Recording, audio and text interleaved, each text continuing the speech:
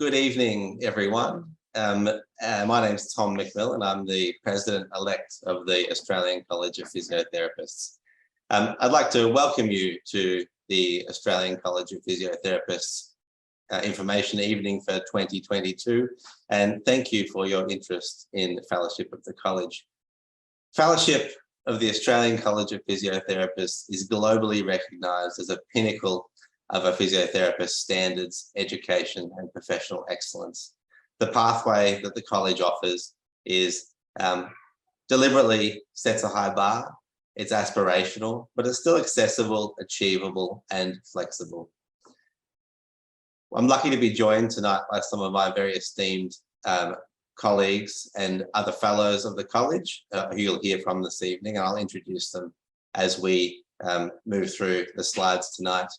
Before we move any further, I'd like to acknowledge the traditional owners of the lands we're meeting on today and throughout Australia, and acknowledge their continuing connection to the land, sea and community, and pay respect to elders past, present and emerging. I'm speaking to you tonight from Wurundjeri country in Melbourne.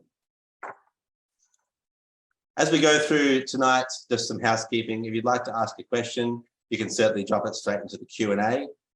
You will not be able to use your video or microphone, but you can request that it's turned on if you would like to ask a verbal question later.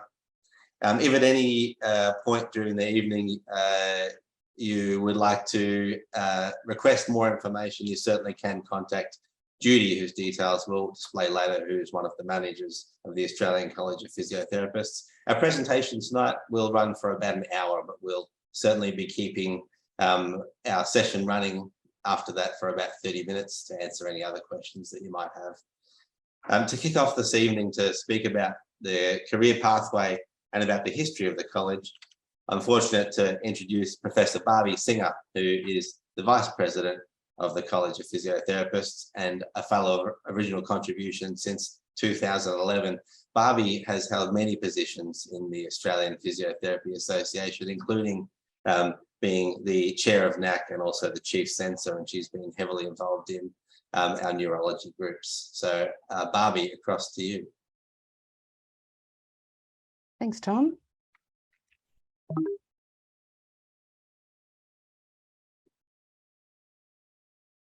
think you need to give me control.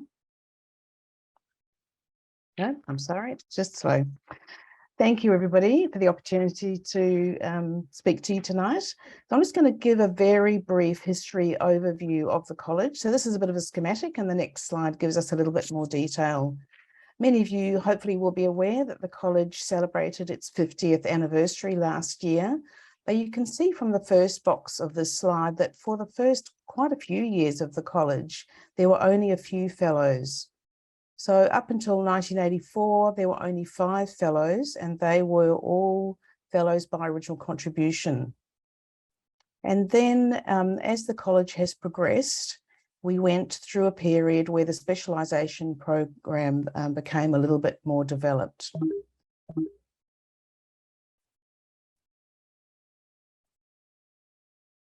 So in 1981, the college became the body within the APA to award a second type of fellowship. So this was our clinical fellowship or specialization, the first of which was granted in 1984.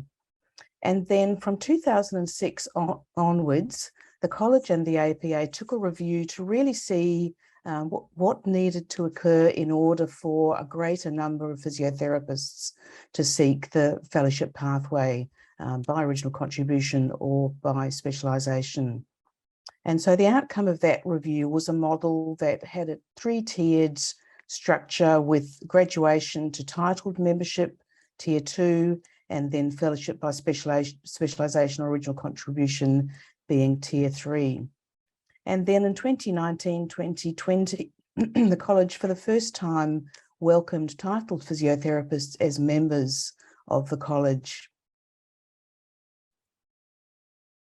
And really one of the most exciting things to happen in the last few years is the development within the APA and the college of an overarching career pathway.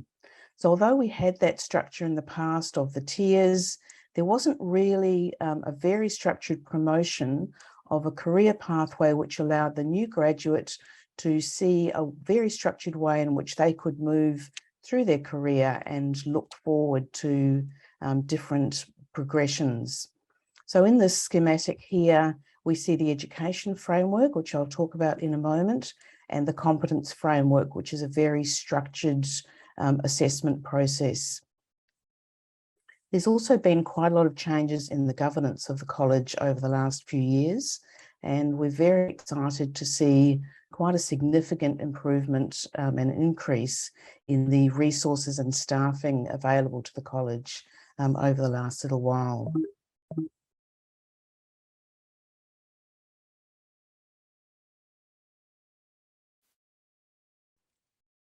So why have a career pathway? I'm sure many of you will be aware of the quite significant attrition out of the profession, which is really disappointing. And we're really keen to try and keep graduate physiotherapists in the profession for a long and very satisfying career.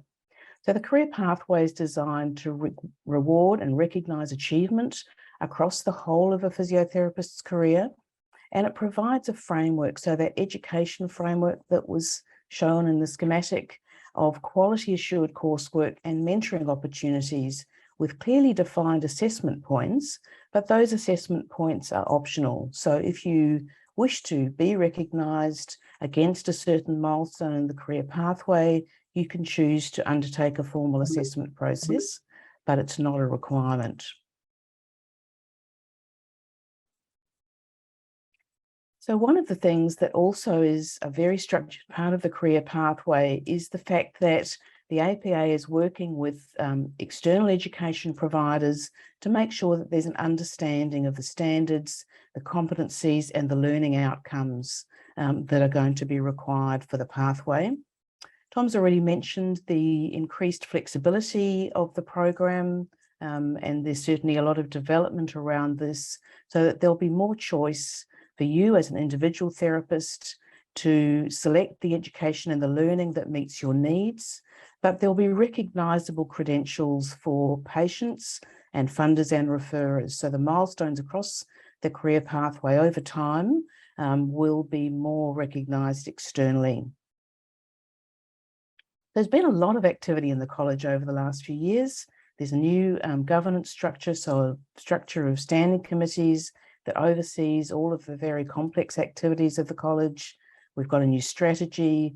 The competence framework, which I've referred to already, was developed a few years ago, but it's just undergone a revision. We've now got a definition of a clinical specialist, which surprisingly hasn't existed in the past. And there's quite a few new pathways coming on stream. So in 2021, we graduated our first pain specialist. We now have a number of specialists in that discipline. We have a number of pathways in development, so leadership, the development of the research pathway, so original contribution pathway is under revision at the moment to be aligned with the competence framework. We've got new pathways in cancer, palliative care and lymphedema, and the advanced musculoskeletal practice pathway. And there's a lot of work to map all of these existing streams to the competence framework. So I've mentioned already that there are two essential pathways to fellowship, the clinical one and the pathway by original contribution, which was the initial pathway towards fellowship. And we're going to be hearing quite a lot more about these two pathways, so I won't dwell on them. But just a little bit of information about the college as it currently exists. We have 181 fellows by specialisation and 23 fellows by original contribution. And you can see the distribution of fellowships in the table. So musculoskeletal and sports and exercise streams are way ahead, but we have fellows in all of those disciplines. In the current training program, we have 12 registrars, 4 candidates who are coming up to exams soon, and 8 current candidates by original contribution.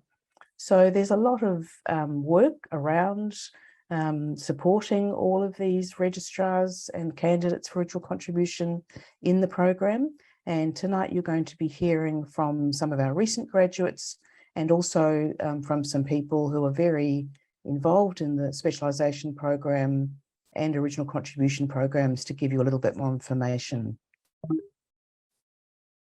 So that's just a bit of an overview, and I'm going to hand over now to Kathy, who's going to talk to you about original contribution. Oh, I beg your So pardon. it's Tom. I'm very happy to properly introduce Professor Kathy Sherrington, who was awarded fellowship by original contribution in 2019. She's also a member of the Original Contribution Working Party and is responsible for oversight of the current program. And Kathy's going to speak with Associate Professor Kathy Granger, who was awarded her fellowship by Original Contribution in 2020 and has been a member of the Vic Branch Council and also the Physiotherapy Research Foundation Grants Review Committee. So over to you, Kathy. Fantastic. Thank you very much, Tom. I think I'm going to get control of your screen soon. So we're, oh yeah, here we are. Yeah, so just a little bit more on the original contribution pathway. When the screen catches up with our fast physio thinking. Yeah, so basically then, so as Barbie has said, the original contribution is the academic pathway. And so this involves the submission of original scientific or academic work. And this can either be published papers, and it needs to be a substantial amount of work. So a collection of research of 3 to 5 papers, and the candidate needs to be the sole or main author. And these needs to be articles that have been done independently of work that's been submitted to a higher degree. Most of the candidates will have had a PhD and then have also done a fair bit of doctoral work after that, postdoctoral work after that. Or the other option is a textbook or monograph. And we don't actually call ourselves specialists. We are fellows by original contribution. Then yeah, we can go to the next slide, I think, Tom. Oh, actually, maybe you can't. Oh, yeah, here we are. Okay. So there's 23 fellowships by original contribution that have been awarded, and currently 8 candidates working towards those. As Barbie mentioned, there's a fellowship program standing committee and an original contribution working party that oversees that within the college. And so each new candidate is assigned a supervisor and a member of the working party who supports their candidacy. And reports are submitted each 6 months. And so, as Tom said, we're going to speak a little bit with Catherine. And I'll just tell you a little bit more about my own pathway while we're waiting for the slide to catch up. So personally, I'm a professor, as Tom said, in the School of Public Health at the University of Sydney, and I'm based at the Institute for Musculoskeletal Health, which is a partnership between the university and the Sydney Local Health District. And I worked for 10 years in aged care and rehabilitation settings as a physio as well, and then undertook a Masters of Public Health and a PhD. And my work is about falls prevention and physical activity promotion in older people and people with disabilities. And so, Catherine, let's hear a little bit more about who you are and hear from you a little bit about your thoughts on being the recent graduate or soon to be graduate. Yeah, thank you, Kathy. What motivated me to complete the original contribution, there were a couple of main drivers. The first one comes back to what Tom was talking about at the beginning around career pathway. I reached a point in my career where I'm a clinical researcher and physiotherapist. So just to give you a bit of background to where I reached in my career, I worked part-time at the Royal Melbourne Hospital in a research role, and the head of the physiotherapy research program there, and then also at the University of Melbourne. And so in the hospital system, I reached the grade 4 level, and in the Victorian system, that's really as far as you can go. And in the university system, I had my PhD, and I'd had that for several years. And I really was starting to think, well, what's next? I'm really keen to keep training and keep moving in a career pathway. And so the original contribution was the most logical path. I'm extremely delighted that I did it. It was accepted, and it was certainly something that I'm very proud of and don't regret doing. The other driver for me was also looking at the fellows in the college, and I can remember that from my clinical work as a physio, being a junior physio, when some of the high flyers in our profession were coming through the clinical specialization pathway to be a fellow, and there's still people who are really, in my area of cardiorespiratory, really prominent in the profession. So, to aspire to be part of the college that they're part of was the other main driver. Yeah, that's awesome, Catherine. Thanks. And what did you particularly enjoy about the process? I enjoyed I forced myself to protect time to write, to write the monograph, and it was a unique opportunity. Actually, after the PhD, you get so busy in your job, and to actually have time to put your time in your life aside to write this piece of work was really a pleasure. But equally, the time to work with a mentor, I was linked with someone who I really look up to, very much a leader in the profession in our field. And, I wouldn't have otherwise had the opportunity to work with her, and to be mentored by someone in the college was also a great pleasure. Amazing. Were there challenges in the process? Certainly, the time, the time to, when you have busy jobs, and I had a child at the time. It was writing this during the lockdowns. There were many challenges. It was worth it in the end, but I think the biggest challenge, if you take away COVID, was just the time. Whilst you have, I used a significant pieces of research, published work from a couple of my postdocs that contributed to this, but regardless of that, there's a lot of time involved in writing, and I enjoyed that. But getting time away from your work and other life commitments was the main challenge. So I waited. Actually, I thought about this for many years, and decided, it hit a point in my life, I thought, no, I actually do have the time to dedicate to this properly, and so that was worth waiting to have that time. Amazing. And then COVID came along, and it became more challenging, but good on you for getting it done, especially with a toddler. And what impacts do you think it's had, or will have on your career? It's still fairly new. I think as an academic, it hopefully will have an impact on my achievements and success. I know of many other fellows of the college that include this sort of information, for example, when they're applying for grants or research fellowships. It's something that I believe is very prestigious in the profession. So I'm fairly new, so I haven't seen a huge amount of difference yet, but I can see it's going to make a big difference for my entire career now. Yeah. Fantastic. Thank you so much. And I haven't had my actual graduation yet either, so I look forward to sharing that with you next year. So thanks so much, Catherine. It's great to get those insights, and we'll pass over to the next speaker. Thanks very much. Thank you. And I'll also just mention, feel free to ask us any questions about the OC aspect. Absolutely. Thank you very much, Professor Sherrington and Associate Professor Granger. That was fantastic. What great insights into original contribution, and I suppose the research-based pathway to fellowship. And do put your questions in the Q&A. We have plenty of time for questions at the end, and both our speakers on original contribution will be here to answer them. We now have the pleasure of hearing from Andrew Connell, who's the current Chief Censor of the Board of Censors, and he's responsible for oversight of the specialization training program. So that's the pathway for clinical specialists. Andrew was awarded fellowship in 2007, so it was a very early fellow in musculoskeletal physiotherapy, and heavily involved in the running of the college, including things like exams. So thanks very much, Andrew.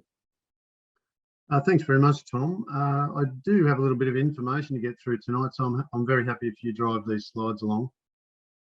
All right, thank you. And look, thank you for the invitation to speak tonight, and to everyone who's taken the time to dial in. Tonight, as the current Chief Censor, I'm representing the Board of Censors, who, with our college manager, Judy Alford, are essentially the operational body that are responsible for the week-to-week, month-to-month coordination and running of the training program. I've been the Chief Censor since the start of this year, and before that, Deputy Chief Censor for a couple of years under Barbie Singer, and before that I was a Discipline Censor for the musculoskeletal trainees, as they were known back in those days, and registrars as we call them now. And as per Tom's introduction, I've been a specialist since 2007, involved with the college since about 2017, and over that time I just continue to be impressed by the amount of time and effort that our college fellows actually put into making fellowship by specialisation the rewarding experience that it actually is. I'm certainly very glad to have an ongoing part to play. So, yep, we're on the correct slide there, Tom. Specialisation training program is the clinical pathway to fellowship, and as you can see on the slide here, there are 9 disciplines in which fellowship is currently awarded. The newest discipline, as Barbie pointed out previously, was pain, which saw its first successful graduate in 2021. There are currently 20 registrars in our training program, and they're in the disciplines of gerontology, musculoskeletal, neurology, pain, sports and exercise, and women's men's pelvic health. We've also been running a couple of exam rounds for the last little while due to the disruptions that COVID have thrown up. So we have 4 registrars going to sitting their exams in November this year. Next slide, Tom. Thank you. So in order to apply for specialisation, there are some criteria that you'll need to address. You need to be registered to practice in Australia and be a financial member of the APA. You need to be a member of the national group in which you're considering specialisation. You may actually be hopefully aware that as a titled member, you can also join the college, so you can become a member of the Australian College of Physiotherapists with the post-nominals MACP. You need to have completed the equivalent of 3 years of clinical practice in the discipline that you're planning to apply for, having become titled either through the experiential pathway or through an academic pathway, so that's a coursework master's in your area. And of course, you need to be prepared to undertake and complete all the requirements of the training program, which I'll speak to soon enough. Next slide, Tom. Okay, so in terms of your application, you'll be required to provide some evidence of involvement in teaching at an appropriate level. So as a titled physio, it's really expected that you're providing some teaching in perhaps level 1 courses or with postgraduate students, certainly education to the profession that's a little bit more than just providing in-services to your local work area. Involvement in research, this can be a little tricky for clinical physios who don't have a lot of hands-on experience with research, but there is a bit of leeway provided in terms of the evidence that you can provide for the research element of the program, and I'll speak a little bit more about that later within the training program itself. And of course, you'll also need to demonstrate your professional and your social network, so that you're networking widely across the profession within your discipline, and that you can provide evidence of a considerable amount of discipline-specific professional development.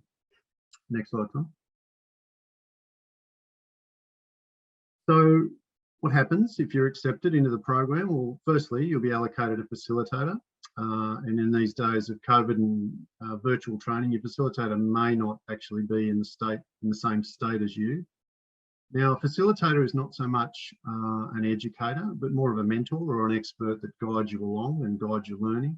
The training program is modelled on an adult learning program where you actually need to drive your own learning and knowledge acquisition, but the facilitator is there to assist you on that journey.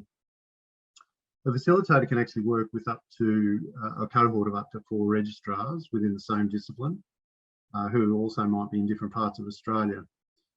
And every 3 months, you would have a session with your facilitator, and depending on the size of your cohort, that might be a whole weekend if you're in a cohort of 4, or it might just be a half day if you're in a cohort by yourself. So as much as face-to-face meetings are preferred with your facilitator, that may not always be practical. And the way the training program has evolved with COVID, there are a whole variety of ways in which people get together. But across the training program, in between those 3 monthly meetings with your facilitator, you're also expected to participate in lots of other self-directed learning activities, and certainly lots of interaction with your peers, including cohorts across different disciplines. So within the training program, there's 4 elements against which your training and development's measured. The first, you can see there, is the development of specialist skills in your area of practice. which will also be assessed against your ability to educate the profession, so your teaching role essentially. Your own professional development activities will also need to focus on the gaps in your clinical knowledge and skills. And element 4, which we spoke about before, is participation in research activities. Now, in terms of that element, many clinical physiotherapists don't have much hands-on involvement in research, but there are a number of ways you can actually meet the criteria for that element. You may choose to be working on a systematic review. You might become a PEDRO reviewer and review a number of articles within the PEDRO framework. And other registrars might have opportunities to be involved in clinical trials, either as treating physio or recruiting therapist. So there's a bit of flexibility built into the program around the way that you can meet element 4 research. Next slide, Tom, thank you. At the beginning of the training program, registrars first go about developing a SWOT analysis. So I'm sure we've all been exposed to a SWOT analysis with your strengths, weaknesses and opportunities, threats. And that's really just so that you're entering the training program clear and informed about where the challenges might exist for you, but also where the opportunities might exist courtesy of your background, either from your current area of clinical practice or just from the networks you've developed over the years.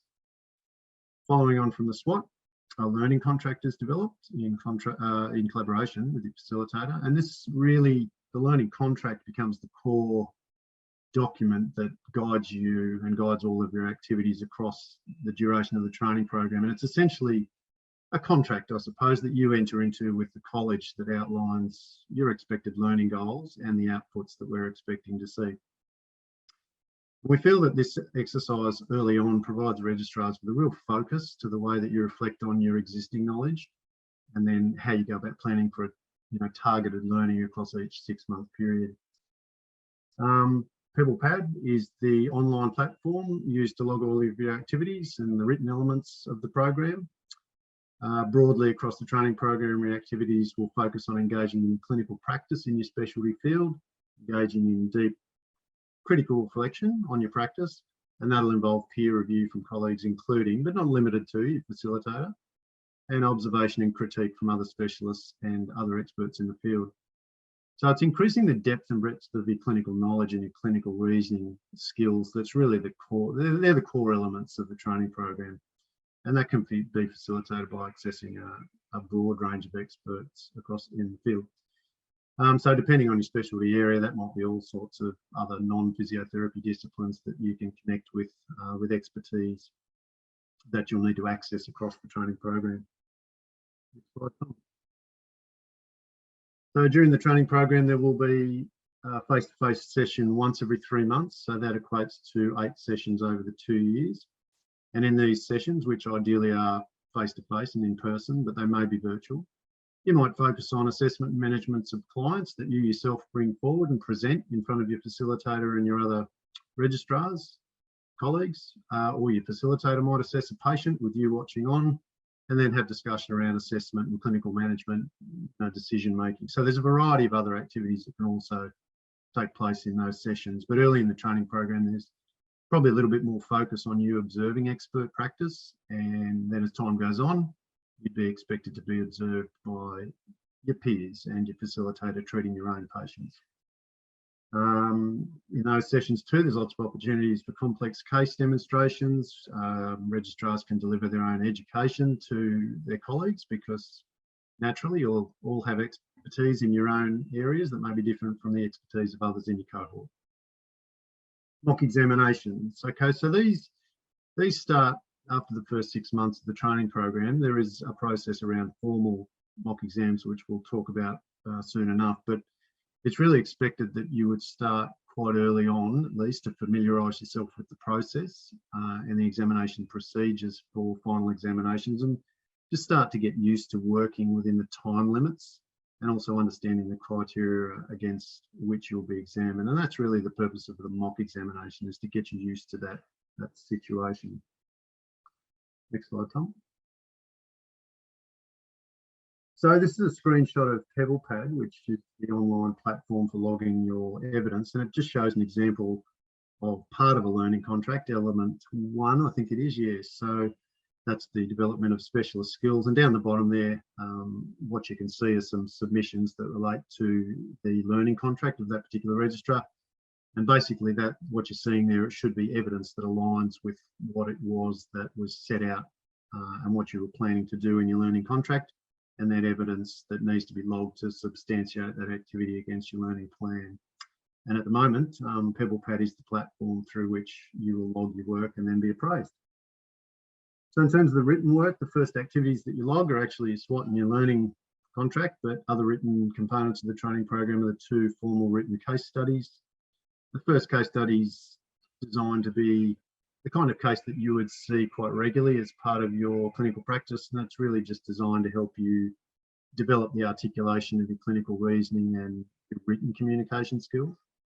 The second case in the second year of the training program is more of a complex case, and it'll be expected to demonstrate that you're able to assess and provide more appropriate management for more complex cases at the level of a specialist. These 2 case studies are assessed externally, and you'll be given feedback as to whether you need to do more work and resubmit. To assist you along the way, we also have a dedicated group, a case study advisory group, who can actually assist you with structure and academic writing. And one of those 2 case studies is actually presented orally and assessed as part of your formal assessment pieces, and there's a variety of forums where you can do that in front of other specialists who will assess you. In each 6-month period, you'll also be required to submit 4 formal reflections, and these reflective exercises are designed to develop your clinical reasoning and your ability to hone your own self-reflection skills and critique your own practice. And the final piece of written work for the training program is a professional issues essay, and this is really designed to dovetail with your preparation for one of the 10 Viva questions for the final examination weekend. The professional issues essay is designed around giving you an opportunity to discuss a particular area of physio practice that you think is relevant to the profession and you think that you could potentially influence later on as a specialist. So potentially something like an ethical or an advocacy issue. And the professional issues essay is just assessed internally by your facilitator. And as I said, it's really just a way of helping you prepare for that particular Viva question and also pursue an issue that's meaningful to you. Thanks, Tom. All right, so how much time do you need to allocate if you're successful? Well, it may be useful for our newly graduated specialists to make comment about this, and they probably will, but obviously you need to attend those quarterly face-to-face meetings. And as I said, it might be a half day or up to 2 days if you're in a larger cohort. You also need to set aside sufficient time to complete the submissions of the logs on PebblePad, and then all of the other activities of the training program, including your background reading, your professional development, participating in observed practice, and of course your mock exams. We specifically don't specify any minimum time requirement, but most recent graduates will estimate they spend around 10 to 15 hours a week on the training program in the first 18 months at least. And that's about the equivalent of a single university subject. But in the last 6 months of the training program, the time commitment really ramps up as you'll be doing a lot more exam practice, a lot more preparation for your Viva. So it's likely to turn into more of a 20 to 25 hours a week scenario. But as I said, perhaps our guests who are coming up next would like to comment on how much that time they felt was necessary to dedicate to the program, because I'm sure it's very different for different people. All right, Tom, I'll throw back to you there. Thank you very much, Andrew. And we are going to come back to you in a minute to hear more about the nuts and bolts of the program. But from what you've already told us, obviously it sounds like a real challenge. And I know I can say that personally, it is a real challenge. It was a real challenge for me. It was a test of my skills, and probably the ultimate test I would think that you could put yourself to as a clinician, to submit yourself and your skills to your peers for critique at the highest level, and for them to provide you with the ways that you can improve your practice, and really to address any areas that you might be not practicing in the highest level. So while it was very challenging, though, it's also immensely rewarding. So it's really great tonight that we have 3 recent fellows or recent fellows by specialization that we can hear about, so or hear from. So I'm very pleased to introduce to everyone Alicia Rayner, Zoe Russell and Harry Trong. And Alicia, you completed your specialization just in June this year, which was quite a feat because it was through the ravages of COVID and from a remote part of West Australia. Zoe, you completed yours last year in sports, and I know you're already contributing significantly to the college as part of the board of censors and as a censor for Sports and X. And Harry musculoskeletal last year in November, and already Harry, you've joined the examiners pool and you've examined on the most recent round. So I might, if you've all got your microphones turned on, I might just start with Alicia, and if you'd like to tell us what motivated you to do something special like this, especially from a remote part of WA. Alicia, what a challenge. Yes, I think that was the reason I did it. So I left Melbourne, moved back to my hometown of 400 people. So there were no physios within 200 Ks either direction. So that was probably the biggest reason that I did it. I just wanted to be around other people again and be able to talk physio. And just challenge myself. And I was starting to get a bit bored, starting to slip into old habits, starting to gossip with the patients instead of actually treating them. So yeah, just wanted to make sure that I kept improving, and I think I had enough time. Like in Melbourne, I was quite busy. So moving to the middle of nowhere, there wasn't much to do. So I had the time to study again. I think that's great, Alicia. And I think, in the college, we really have a sense of connection amongst the fellows, and it's hard to probably describe, but I found that really helpful to me working in a regional area as well. I talk to fellows every day, and we ask each other really challenging questions, and it's kept me really connected with the profession and connected with people that continue to challenge me. What about you, Zoe? What motivated you? Yes, thanks, Tom. I was sort of quite similar to Alicia's story. I was sort of 5 years out of my master's, and I was feeling a little bit, I guess, stagnant and sort of maybe a little bit disenfranchised. I just sort of felt like I don't want to keep just going through the motions for the rest of my career. And I came to it was face-to-face when I came to this evening, and there was a couple of sports specialists that talked about the program, and I thought it would be an excellent challenge, and I just really wanted to improve obviously my clinical skills. And it's sort of, I'm glad I did it. It was really sort of something that sort of, I think, really kept me really excited about being a physiotherapist. Yeah, it really is. It's really motivating and keeps you, and it's so challenging that it continues to keep you fresh. And I think one of the things that the program does is really creates that capacity to be a real lifelong learner and continue to find your weaknesses, which, and I still enjoy that. I continue to find things that I learn. Harry, I know you wanted to do all the talking tonight, so what did you enjoy about the process, Harry? Thanks, Tom. Yeah, no, it was good in terms of the networking opportunities that you get to do throughout the process as well. You're learning and sort of rubbing shoulders and getting to learn off respected sort of educators, researchers, clinicians.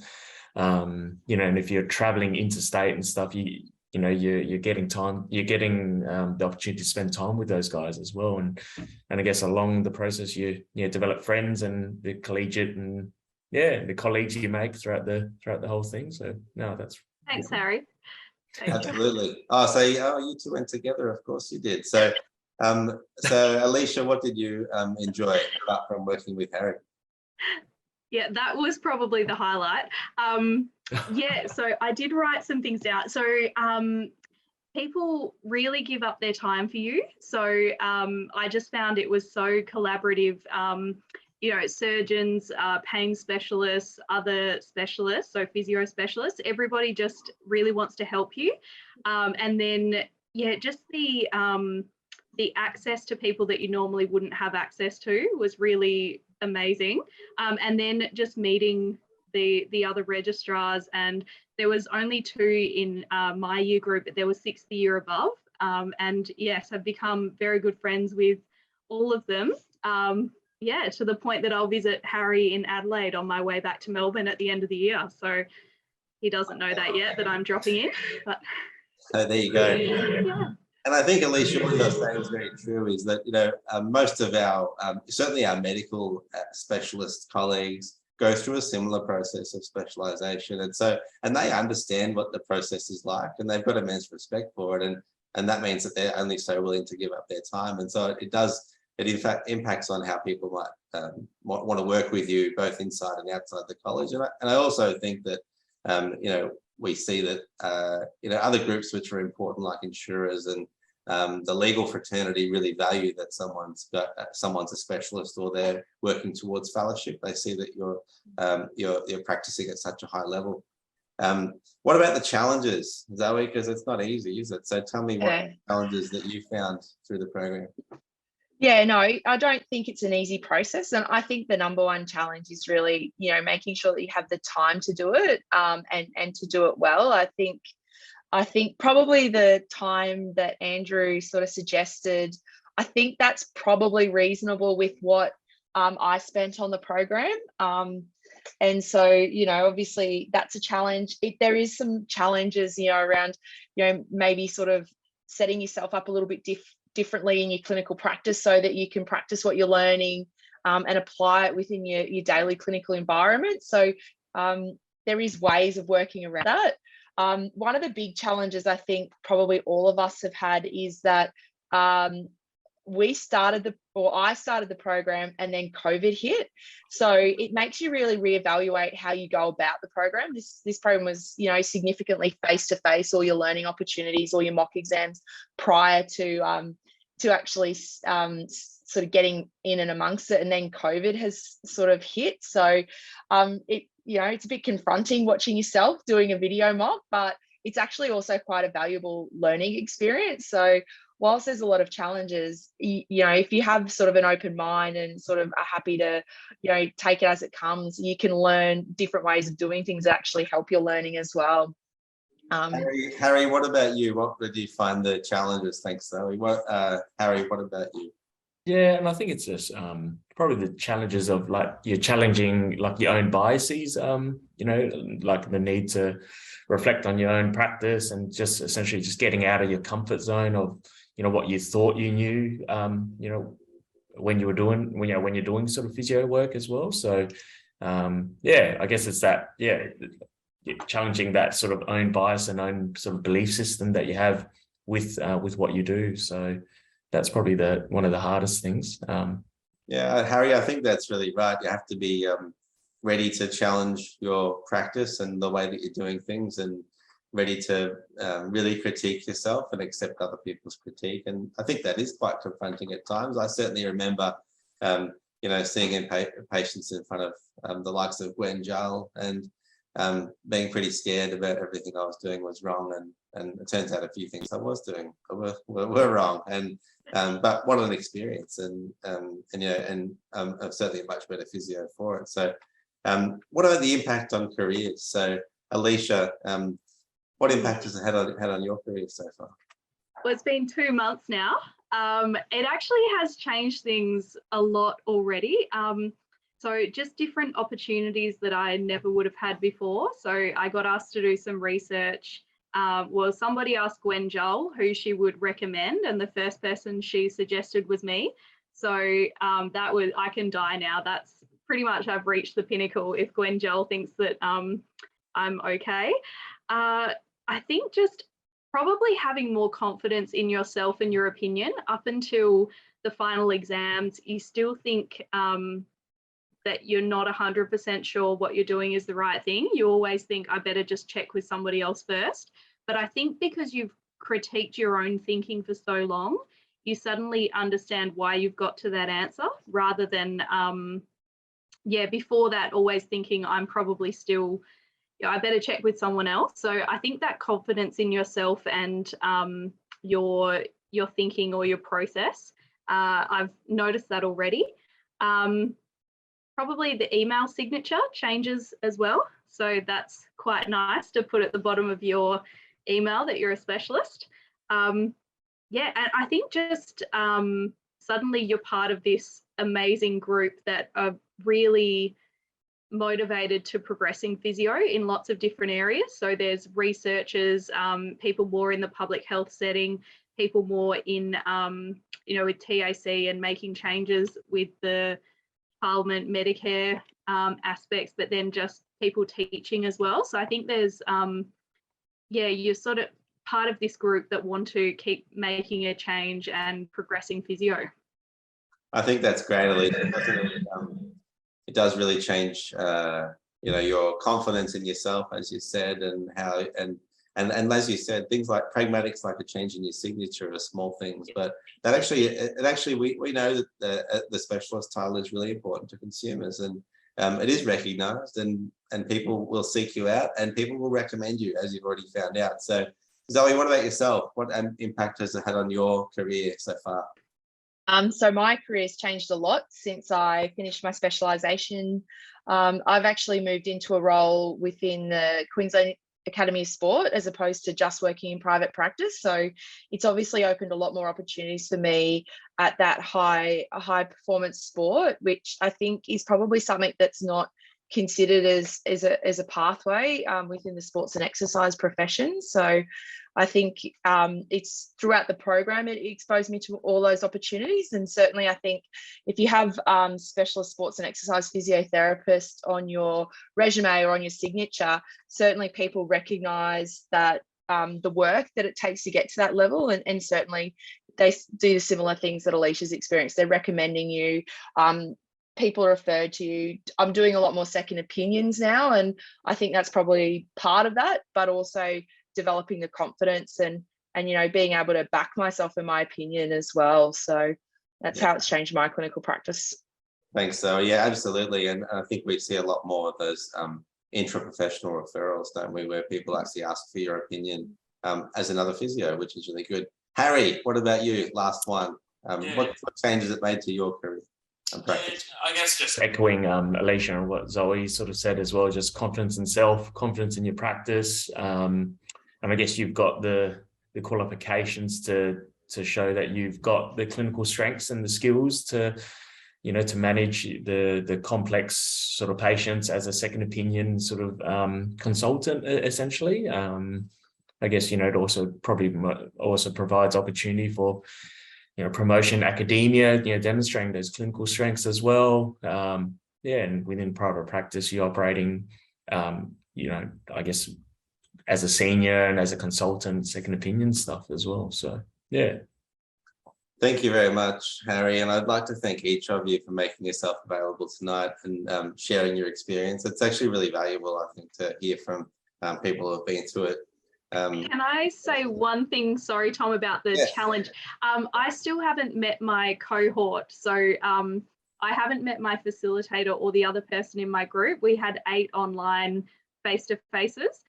So even though, it was a challenge, it's clearly not that big a barrier if I can pass. So you don't have to meet your group. Yeah, and isn't that fantastic? And bravo to you, tip of the cap to you, Alicia, because that is a challenge being so far away. And we have even had people complete the program from other countries. So some of you may know Ziki Lang completed the program from Singapore, flying in and out on a regular basis. And so and distance is a challenge, but it's not as a challenge that we can certainly overcome with technology, which is quite exciting. So thanks again to each of you, Alicia, Zoe, and Harry, for your time tonight. I'll now pass back to Andrew, who's going to talk more about the nuts and bolts of the program. Over to you, Andrew. Yeah, thank you, Tom. That was very inspirational listening to you three guys. As chief censor, I'm often sitting back and scrutinising the work of all the registrars and making sure they're on track, which is stressful at times because you want them all to get through. But it's just really nice to actually hear how you guys are going after completing the program. So thank you for that. Okay, so a little bit about assessment and examination. Throughout the training program, your facilitator is required to present a 6-monthly report on your progress against the 4 elements we spoke about earlier. A conditional status might mean that you have to go back and refine your learning plan, but essentially you have to be successful across the training program, to be successful across the training program, you have to be unconditional on all 4 elements to be invited to sit the exams. You also have to complete all the written elements of the program that I referred to a while ago, and complete 2 mandatory mock exams leading up to being invited to sit. So at the end of year 1, you have to do a formal marked mock exam. And there are a list of criteria against which you'll be assessed. These are essentially the formal marking criteria that all of our college examiners use. But the first exam is not designed to be a hurdle exam. It's rather a signpost, I suppose, of how you're applying your emerging specialist skills to your clinical practice. The marking mock exam at the end of the 2nd year is slightly different. You actually need to achieve a pass on one of those to be considered ready to sit the final examinations. The final exams are held over 2 days, so that's 2 patients across 2 days, and the oral viva, which are the 10 questions I referred to a little bit earlier on. And that's essentially a 1-hour presentation / discussion of your theoretical knowledge that you've accrued across the program for those 10 viva questions. More importantly, it's a discussion of how you are able to apply that theoretical knowledge to your clinical practice, and you'll do that in front of your examiners. And these questions are basically provided at the outset of the program because we want you working with your facilitator and your cohort to prepare for those questions right from the start and for the duration of the training program. And at the final exams, you'll be assessed by a college-appointed examination panel. Next slide, thanks, Tom. All right, well, this photo is what it's all about. This is a photo of our graduation ceremony, which provides a really tangible example of the elation that occurs with finishing the training program and the realisation that all of your intensive work has paid off and really now allows you to call yourself and be recognised by your peers as a specialist physiotherapist. You'll see at the top of the photo there a statistic about pass rates. There's lots of discussion around pass rates of final examinations, but we certainly believe within the college that a pass rate of 85% is pretty reasonable given the level to which we're expecting our registrars to reach. The college also feels that this pass rate represents a robust training program that prepares registrars very well for final examinations, and it's certainly comparable to pass rates across other specialist colleges, including, for example, the RACGP, the Royal Australian College of General Practitioners. Next slide, Tom. Okay, so the Board of Censors. As I said right at the start, the BOC, or the Board of Censors, is the body responsible for the oversight of the training program. If you like, excuse me, it's the operational arm of the college that monitors registrar performance on a month-to-month basis. And with the new college governance structure, the BOC actually reports up to the Fellowship Pathways Standing Committee for decision-making around progression through the program and certainly progression to the final exams. But it is the BOC that has a deeper, I suppose, nuanced understanding of how you're performing across the journey. And the recommendation that we provide to Pathways Standing Committee is fundamental, really, to you being able to progress towards examinations. The BOC has a discipline-specific member for all of the active disciplines, and sometimes more than one member, depending on the size of the cohort. And that person's role is to liaise essentially very closely with your facilitator. They can liaise with you directly, but every month before BOC meets, that discipline rep discusses with the facilitator the registrar's progress and then provides a report back to the whole of BOC, which, as I said, meets on a monthly basis about whether a registrar is meeting their learning goals as outlined in the learning contract.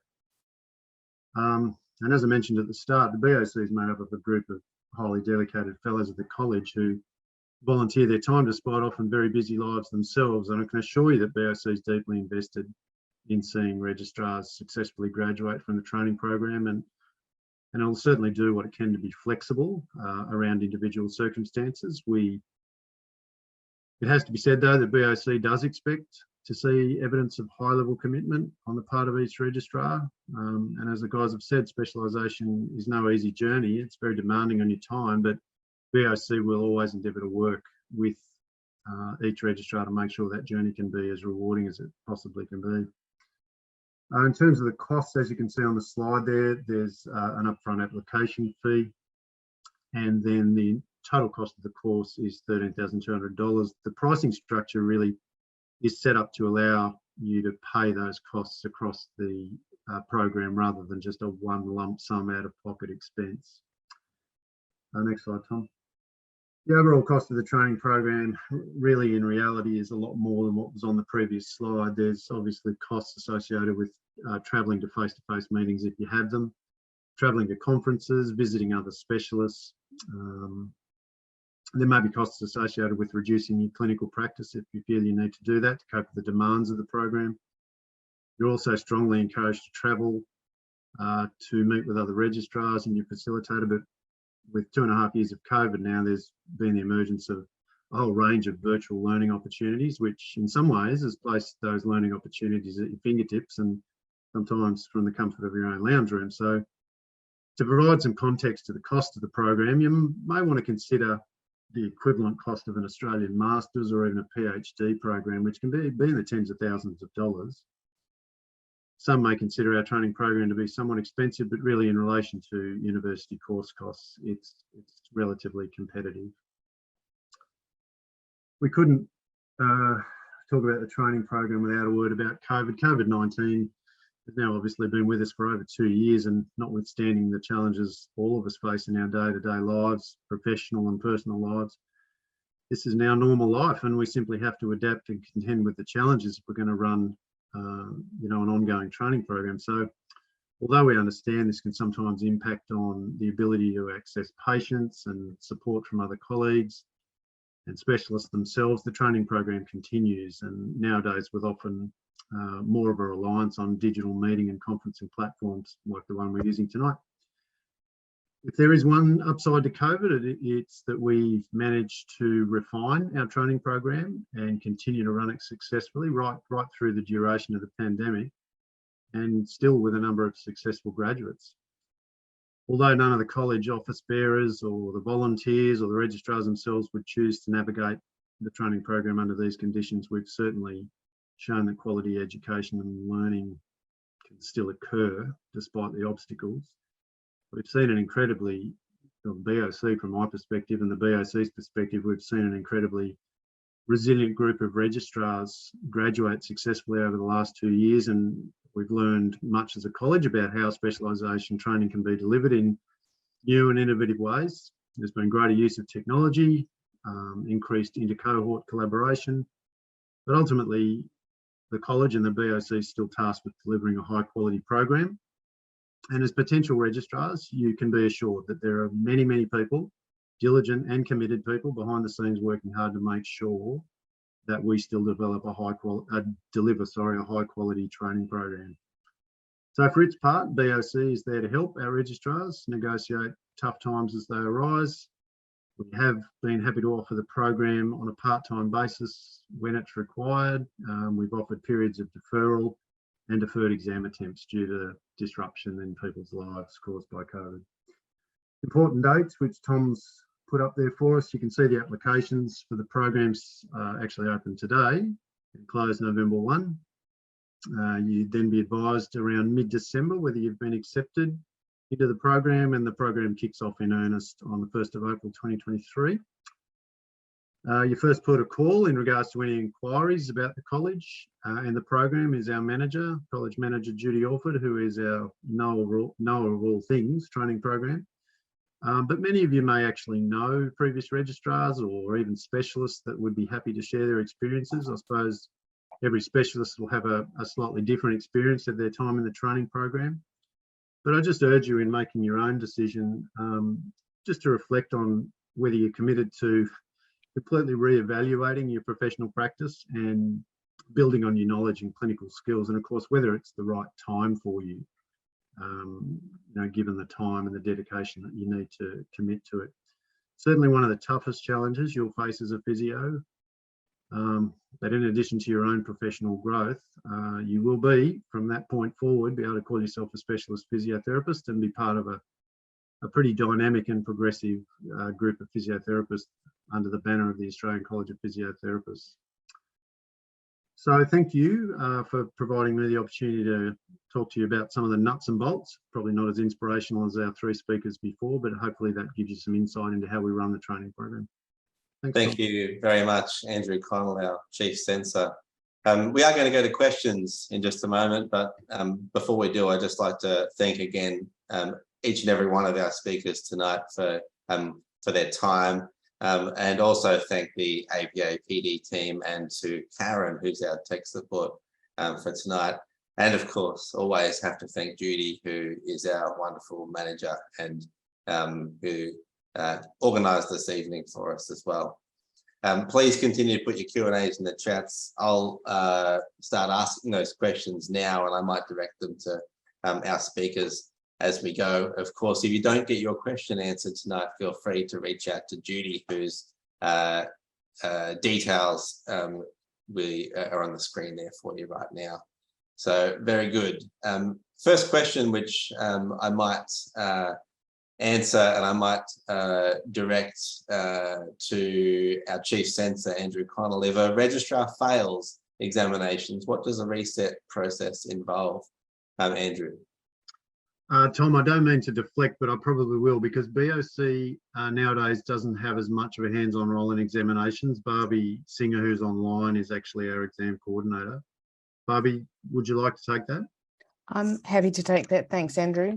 And I do just want to reiterate that there is a very reasonable separation between the training program and the examination program.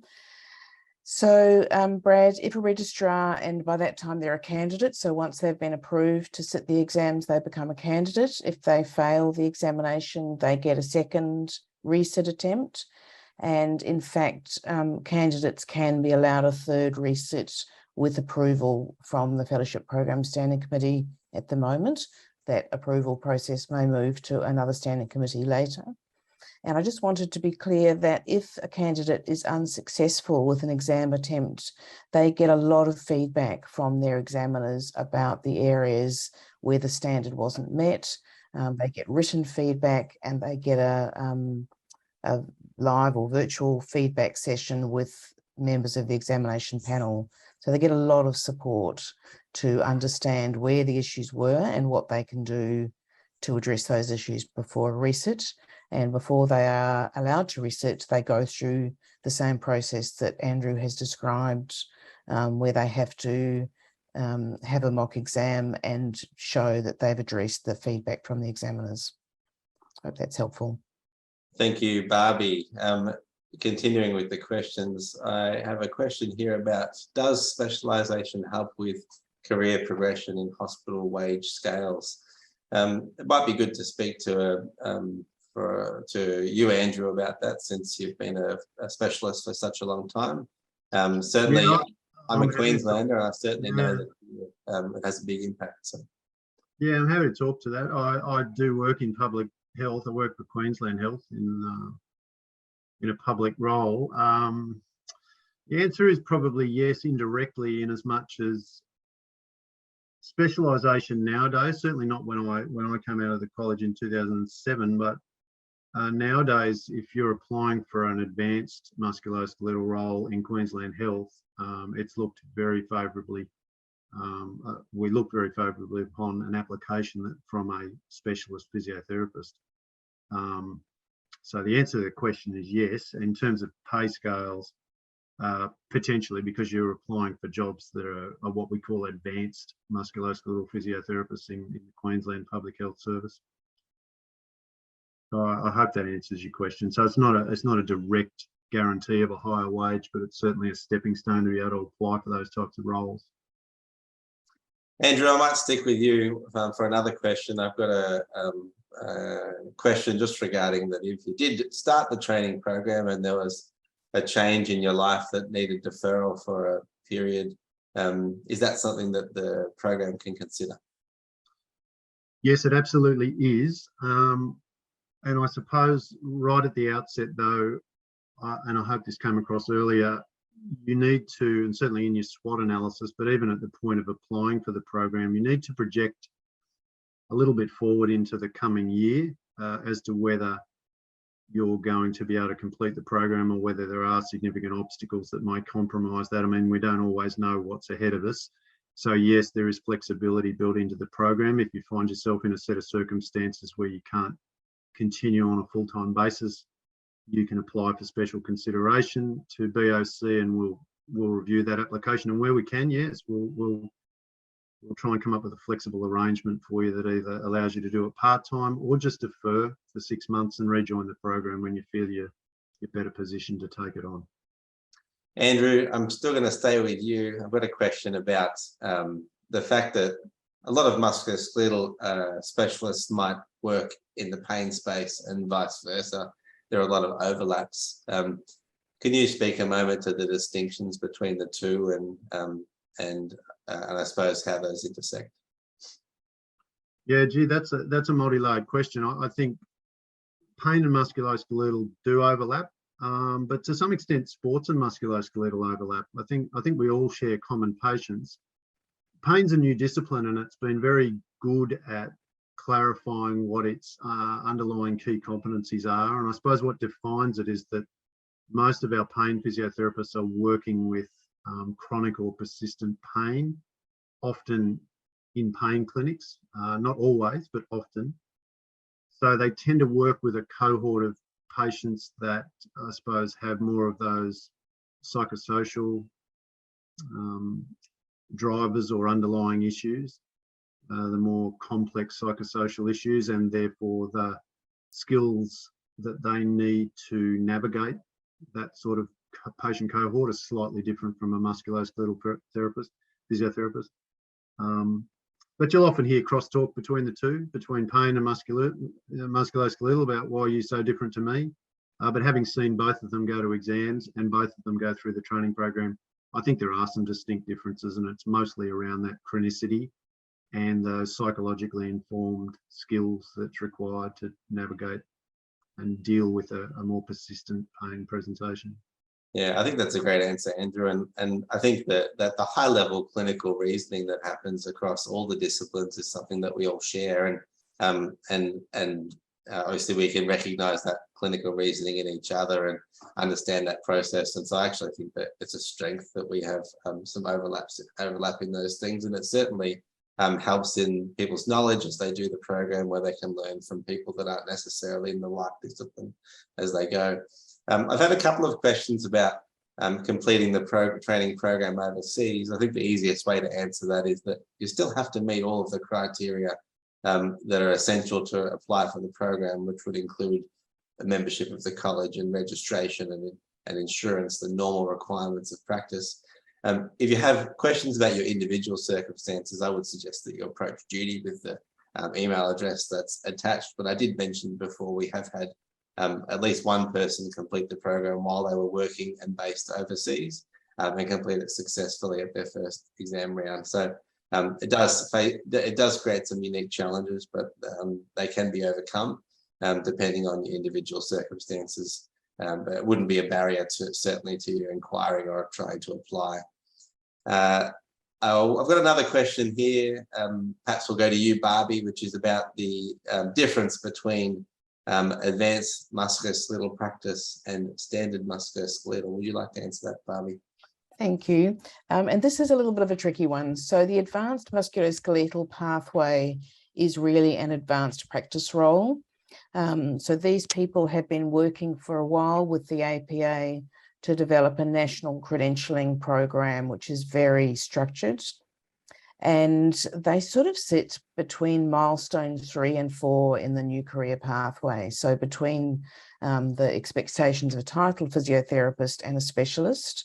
But I suppose for a lot of advanced musculoskeletal physiotherapists, they're working at great depth in a very narrow field. So they might be in a clinic, triaging patients in the emergency department with musculoskeletal conditions, or they might be working in a neurosurgical area where they are seeing some patients and screening them for the need to see a neurosurgeon. So they're certainly working well beyond the level of expertise of a basic physiotherapist, but they are nowhere near the level of a specialist, because a specialist, musculoskeletal specialist, has to have a high level of expertise across a very broad area of musculoskeletal physiotherapy.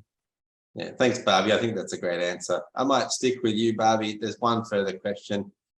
Someone's just asked about the progress on leadership and ruralist pathways. I'll speak to the ruralist quickly. There's a working group currently convened looking at what is a rural generalist physio. We don't have a generalist pathway at the moment, and that group's working on what that person looks like and what standards they have to meet across what different disciplines, I suppose, within physiotherapy to practice as a rural generalist. And that's in development, and we hope to have that work towards the end of this year, and that'll inform, I suppose, the creation of a rural generalist pathway. But I don't think that will happen probably for the next couple of years, realistically. But that's certainly something that is a priority for us at the college. And, certainly we've heard tonight that several of us work in rural or regional areas, and I think there's great opportunities that we keep our rural and regional clinicians engaged through a pathway like that. Barbie, I might just get you to speak to the leadership pathway. Thanks, Tom. So very briefly, the Physiotherapy Leaders and Management Group approached the APA some years ago to ask about a pathway for people who were not working directly in clinical practice, but who were still very much in physiotherapy. And so the leadership pathway has been under development for several years. It's been developed to align with the competence framework. So we haven't spoken much about the details of the competence framework. I hope you'll be hearing a lot about it in the next little while, but it has 7 role domains, and one of those is leader. And so in the leadership pathway, they've flipped the physiotherapy practitioner role domain so that the leadership domain is the central one, but they still need to meet criteria in the other role domains. So that pathway is pretty close to being piloted. I would think later this year or early next year, we'll be looking at a number of people with good levels of experience in physiotherapy leadership to pilot the pathway against the competence framework, and then it'll be opened up more broadly. But it's really aimed at people who are in physiotherapy leadership roles, perhaps head of a department or of a large practice, but still able to meet the other role domains in the competence framework. Thanks, Barbie. Last question, I think, for the evening is from Andrew McIntyre. He just asks about the sports and exercise pathway and whether there's an expectation or requirement for involvement in elite sport. Andrew, I might get you to answer that one. Short answer to that is no, not necessarily.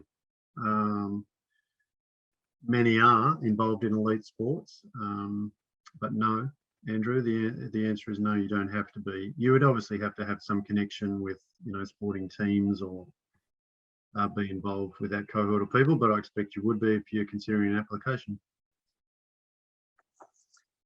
Thanks very much for that, Andrew. We've got one further question on the original contribution pathway, which we'll just answer, provide a typed answer for. So if there's no further questions, I'd just like to thank you all for your interest and attendance tonight, and again, thank our speakers and for staying on to answer questions tonight. You've been provided with those key dates, which are important. So if you're considering applying, just remember that we've opened applications as of the 14th of September, and that's today. And of course, the applications will close the 1st of November, and people will be advised of their success in entering the program by mid-December for a commencement in April 2023.